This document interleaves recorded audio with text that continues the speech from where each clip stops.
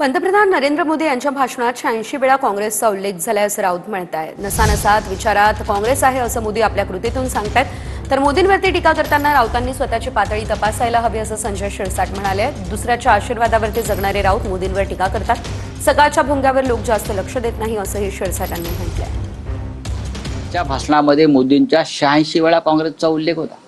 ते काँग्रेस मुक्त भारत करायला निघायला होते। त्यांच्या डोक्यातून काँग्रेस अद्याप गेलेली नाही 11 वर्षामध्ये 12 वर्षामध्ये। आणि त्यांच्या नसानसामध्ये काँग्रेस आहे। रक्ताच्या प्रत्येक थेंबात आणि श्वासामध्ये काँग्रेस आहे। शब्दामध्ये काँग्रेस आहे। विचारामध्ये काँग्रेस आहे। हे मोदी कळत नकळत सांगतायत की काँग्रेस शिवाय या देशाला नेतृत्व कोणी देऊ शकत नाही। हे मोदी वारंवार हे सिद्ध करतात त्यांच्या कृतीतून।